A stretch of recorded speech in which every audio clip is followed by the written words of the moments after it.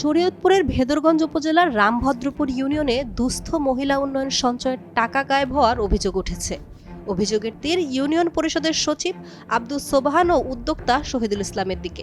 আমরা 2 বছর ধরে চাল খাইছি 30 কেজি করে। 30 কেজি চালে 220 টাকা করে প্রতি মাসে জমা দিছি 2 বছর ধরে। 2 মাস পার হয়ে গেছে এই বছরের জানুয়ারি মাসে দেওয়ার কথা, দেয় নাই। এই যে তো আমরা এই এশিয়া ব্যাংকে যাই কাগজ নিয়ে দেখি যে আমাকে বইতে টাকা জমা হয়নি। টানা সপ্তমবারের মতো বেস্ট টিস্যু পেপার ব্র্যান্ড হিসেবে স্বীকৃতি পেয়েছে বসুন্ধরা টিস্যু। এই যে এলাকার মানুষ মনে করেন হারা 30 কেজি করে চাউল আনছে, তো এখন 220 টাকা করে জমা রাখি আইছে। 220 টাকা জমা রাখার পরে এখন 2 বছর হয়ে গেছে। এখন মনে করেন ওই টাকা আনতে গেছে, এখন এই সচিবের কাছে গেছে, সচিবকে টাকা ব্যাংকে দিয়ে দিছি। ব্যাংকে গেলে মতন টাকা না জমা দেয়নি হারা। এখন এই যে এলাকার মানুষ, গরিব মানুষ তো কষ্ট করে এই টাকাটা জমা থইছে, কিন্তু এখন তো এই টাকাটার কোনো পাইতেছে না। আমরা সঞ্চয়ের টাকা থুইছি, টাকা সচিবের কাছে থুইছি, সচিবের দেয় না। আমরা ব্যাংকে গেলেও আমাকে দেয় না, না করে।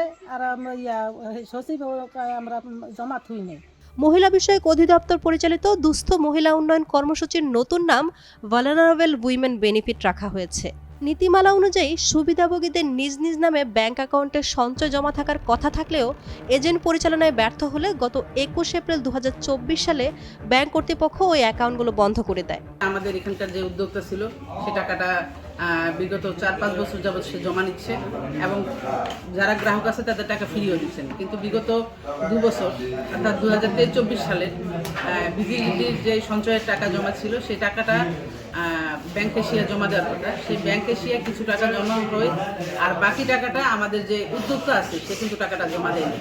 যার কারণে আমরা যারা জনপ্রতিনিধি আছি আমরা কিন্তু সরাসরি আমাদের একটা জবাবদিহিতা জায়গায় আমরা আছি।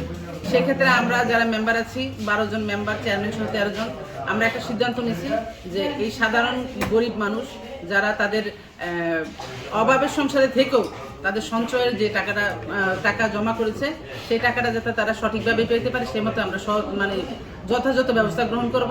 বিষয়টি ব্যাংক এশিয়ার ভেদরগঞ্জ শাখা থেকে ইউনিয়ন পরিষদের সচিব সোবহান ব্যাপারীকে অবহিত করা হয়।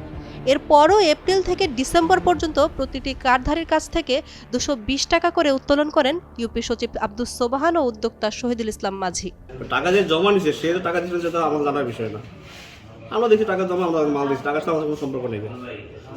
কিছু লোক অ্যাকাউন্ট এখানে করছে, কিছু কাতিপুর করছে, কিছু করছে, যে সেখানে অ্যাকাউন্ট করছে। আমাদের টাকার কোনো সম্পর্ক নেই। আমরা শুধু তাদের দেখছি টাকা জমা, বইয়ে টাকা জমা আছে, আমরা শুধু দিয়ে দিচ্ছি, মাল দিয়ে দিচ্ছি। এখন জানতে পারলাম যে কিছু টাকা জমা হয় না। এখন জানি না, তার বাবাকে আমি জিজ্ঞেস করছি আপনি জানেন কিছু কিনা, উনি জানে যে কত টাকা জমা হয়নি, উনি দিয়ে বলছে। নিয়ম অনুযায়ী 2 বছরের মেয়াদে প্রতিজনের অ্যাকাউন্টে 5,280 টাকা জমা হওয়ার কথা। এতে 152 জনের মোট অ্যাকাউন্টে 8,02,560 টাকা থাকার কথা থাকলেও ব্যাংক স্টেটমেন্টে দেখা যায় অধিকাংশের অ্যাকাউন্টে মাত্র 1,980 থেকে 1,320 টাকা রয়েছে। বাকি টাকার কোনো হদিস নেই। ব্যাংক এশিয়ায় এবং সেখানে টাকা জমা হচ্ছিল, ওই এজেন্ট যে ছিল ব্যাংক এশিয়ার উদ্যোক্তা, উনি নাকি শেষে ব্যাংক বন্ধ হয়ে যাওয়াতে কিছু টাকা উনি শেষে ওই অ্যাকাউন্টে জমা না করে ওনার কাছে রেখেছিলেন। বর্তমানে উনি দেশের বাইরে আছেন এবং এই বিষয়ে আসলে ওই চেয়ারম্যান সাহেব এবং সচিব সাহেবদের সাথে কথা হয়েছে। ওনারা বলছে যে অ্যাকাউন্টের টাকা যেগুলো জমা আছে সেগুলো ফেরত দেওয়ার পরে বাকি টাকা যেগুলো হাতে হস্তগত আছে, ওই যে উদ্যোক্তা যেহেতু বাইরে আছে ওনার বাবা সে ফেরত দিবে এই মর্মে রাজি হয়েছে আর কি, তো ফেরত দেওয়ার ব্যবস্থা করা হবে। সঞ্চয় টাকা ফেরত পাওয়ার আশায় দিন গুনছেন সুবিধাভোগীরা। স্থানীয় প্রশাসনের তদন্ত এবং সুষ্ঠু ব্যবস্থা নেওয়ার অপেক্ষায় রয়েছে পুরো এলাকাবাসী। শরীয়তপুর থেকে শরীফুল আলম ইমনের পাঠানো তথ্যচিত্রে ডেস্ক রিপোর্ট। উর্মি আক্তার সোমা, কালের কণ্ঠ।